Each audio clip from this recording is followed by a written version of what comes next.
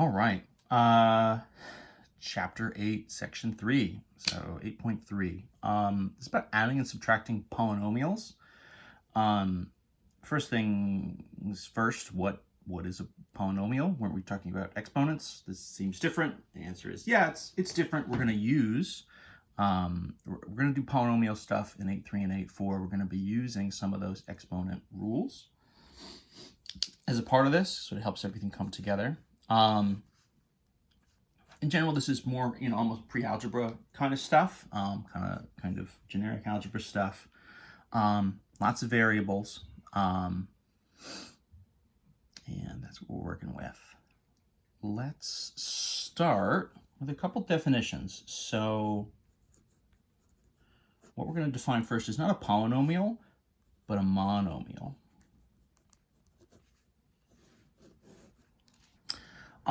So mono means kind of one, poly means many. So these are going to be sort of a mono is a single version, and then the polynomial is going to be kind of a multiple version of the same kind of thing. A monomial is essentially anything of the form a times x to the n. And so that's going to be where, so a is a constant, right? Meaning some sort of like number value, and n is a positive whole number. So x is our variable, a is going to be some sort of number value, and the exponent here has to be a positive whole number. So no fractions. We didn't talk about fraction exponents yet anyway. They exist, but not in this case, not for us just yet.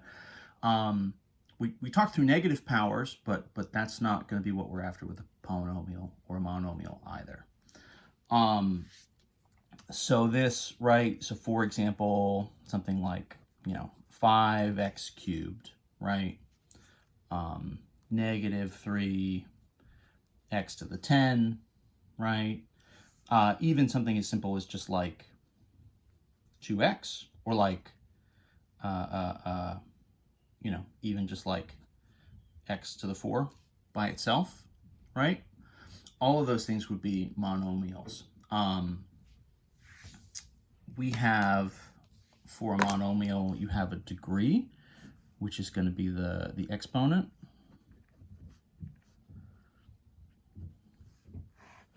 So whatever that value is, n, whatever your power is the degree. So that would be kind of degree 3, right? This would be degree 10.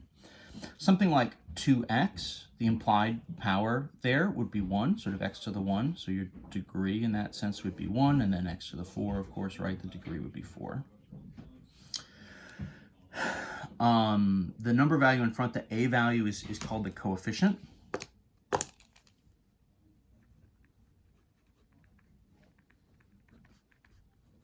So that constant, in this case, has sort of a particular name. We're going to call it the coefficient. So you have kind of a coefficient in front times x raised to a certain power, right, which is the degree. So your monomial are just sort of these individual, what were called terms, right? So one of those things is a monomial, and we're going to call those a term. A polynomial is going to be a series of monomials either sort of added or subtracted together. Right, so a polynomial for us is just going to be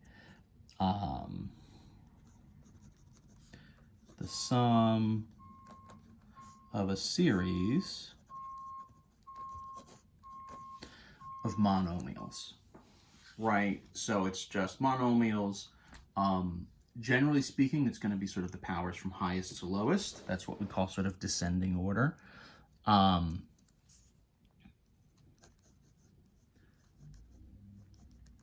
So descending order is going to be the terms from high to low exponents, right? From the highest power to the lowest power. The degree for a polynomial is going to be the highest exponent. So if you're in descending order, that's going to be kind of the first one. And then we also have something, I don't remember if this is in the book or not, but it's called the leading coefficient. And so that's the coefficient on the term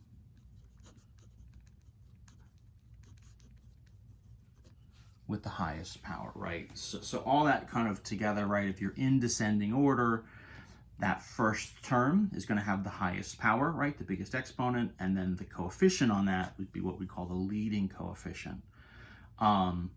Later on, not in this class, but if you go through the algebra and then the pre-calculus course, in particular in the pre-calculus, we really dig into polynomials a little bit and what they would look like as graphs. And things like the degree and the leading coefficient have certain properties. We're not really going to hit on tons and tons of those in this section. So this is more kind of laying groundwork for stuff you would see later. So, it's there, but it's not the case that all of this is going to show up. So what would some of these polynomials look like, right? So let's say we have, 5x cubed minus 2x squared plus 6x plus 9 or something, right? So this is in descending order, right? Kind of 3, 2. This essentially would be 1. The constant term on the end, this last term, you could almost think of this as times x to the 0, right? Because x to the 0 would be 1. So in theory, right, this is kind of powers, x to the 3 to the 2 to the 1 to the 0, all the way down gets you to the constant. Again, we wouldn't really go any further than that. X to the negative 1 is sort of a 1 over x. That's not in the right form, right? So this is a polynomial. This is descending order. Our degree here is going to be 3, right? That highest power is 3. And in theory, right, the sort of leading coefficient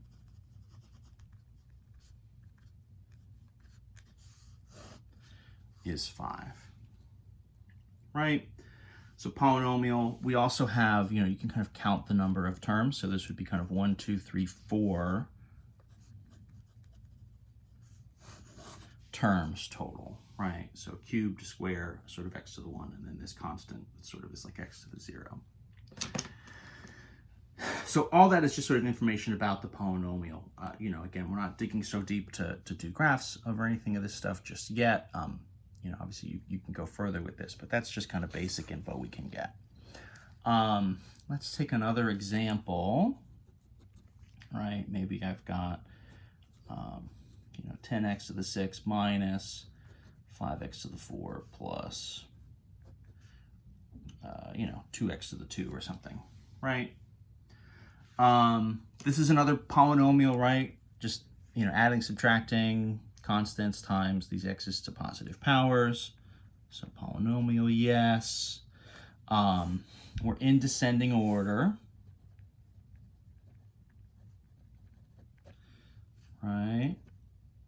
It's not a requirement to be in descending order. It's kind of like just a standard form, and to a certain extent, it's just easier to work with. If you have your terms out of order, because everything here is just added and subtracted, you can always rearrange it. I'll maybe do one of those in a second. The degree here, right, is 6, highest power, leading coefficient is 10, and then we've got just 1, 2, 3 terms here, right? Kind of 1, 2, 3.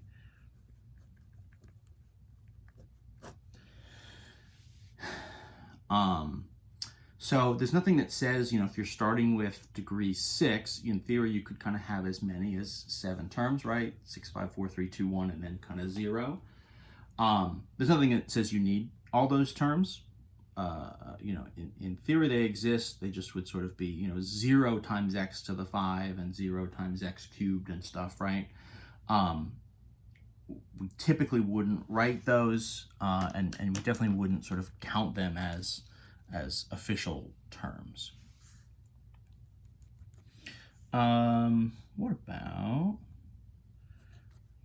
7x squared plus 2x minus 9x cubed plus 4 or something, right? So this is another polynomial, right? It sort of crosses, kind of checks all the boxes, right? Looks like all the stuff we want to do. It's not in descending order, so let's actually rearrange.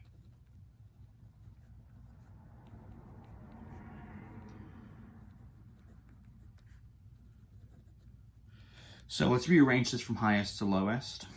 When we do that, really the one term we need to move here is this negative 9x cubed. Carry the negative with it, right? So this is negative 9x cubed, right? So you're trying to move the x cubed, but the 9 and the negative in front all move together as one chunk. Everything else essentially stays the same, right? So then this is a positive 7, so that's going to be written as sort of a plus 7x squared, right? Plus 2x and a plus 4. So that would be descending order. Check. That helps us see a little bit more clearly. I mean, not that it's unclear, right? But that helps us see more clearly. Our degree is 3 here, right? Our leading coefficient would be negative 9. The negative is a part of it, right? And we have in total 4 terms, right? Kind of 1, 2, 3, 4. Good to go. Just so you've seen it, what would be things that are like not polynomials, for example. So anything with a negative power, right? Anything with like square roots or things like that. So say you have, 2x squared minus 4 plus 6x to the minus 2, right? That negative 2 means that's not going to be a polynomial. Even if, right, I mean, in theory, you could write it 6 kind of over x to the 2. Doesn't really matter the form there, right? As long as you have that negative power, what starts to happen is you get these kind of division by x instead, and that's not going to be a polynomial for us. Similarly, anything, maybe I've got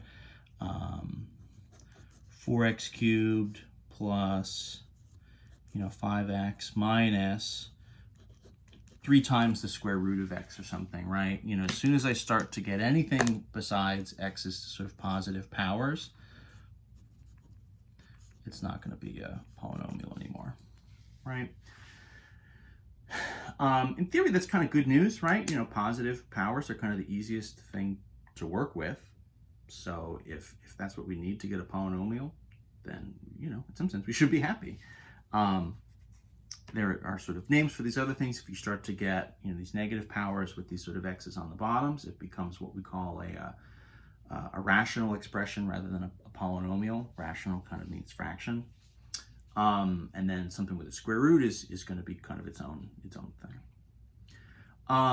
So that's polynomials. The chapter here is about adding and subtracting. So I'm going to pause this video. We'll do a part 2 here in a second, where we're going to look at what it would,